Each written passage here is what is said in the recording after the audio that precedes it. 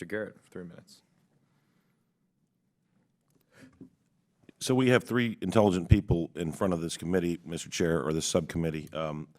And I was, along the line of questioning I touched on earlier, Sweden recently made it a crime to travel to engage in terrorist activity and support. You talked earlier, I believe, Mr. Simcox, about encouraging Europeans to, and I quote, which is frightening, to spend money and to take this seriously.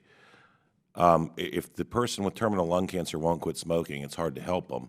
But I would open the floor, and we'll go Jocelyn, Simcox, and Clark in order, and I got about 2 minutes to you gentlemen to suggest actions that would be appropriately within the purview of the legislative branch of the U.S. federal government that might further the goal of making our homeland safer from returning would-be jihadists, radicals, or anything tangentially or directly related there too. We don't have a monopoly on good ideas. What are we not doing that you think we might do more of within the purview of this body?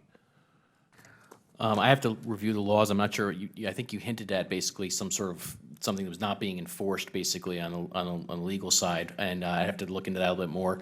If our current material support for terrorism laws are not being fully sort of leveraged to the extent that they could be, that maybe, I don't know if that's something that could be encouraged from this body or not, but that's something to look at. I think that there was a sort of a lag during the Obama administration on the full sort of implementation of material support for terrorism laws, and I would look into that, is what I would say. Thank you very much. I would tell you that we looked at carrying a bill to do what Sweden did, realized we had laws on the books that could deal with that, but that they need to be uniformly enforced. And the answers to the questions I asked you earlier are, yes, we do that sometimes. But to the best of my ability to ascertain, no, we don't do it all the time, and I can't figure out why not. Mr. Simcox, what should we be doing differently within the purview of the legislative branch? There is a clear need here to take on the ideology in a way that I don't think was done over the last 8 years, where there's a lot of talking around the problem.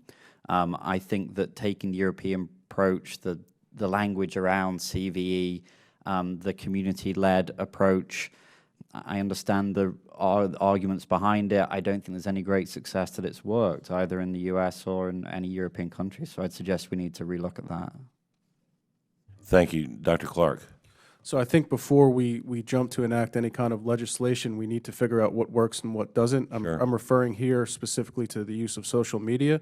So there was a big announcement a couple of weeks ago by some of the tech giants, Facebook and others, that they're becoming more active in shutting down websites and trying to discard jihadist ideology. And I'm just not sure, not because I think it's a bad idea, but I genuinely don't know if it's better to shut down the websites or to keep them up and running. Mr. Chairman, Dr. Clark, I think you made an amazing point. I also think that when we start determining what speech is and isn't acceptable, it's a very slippery slope.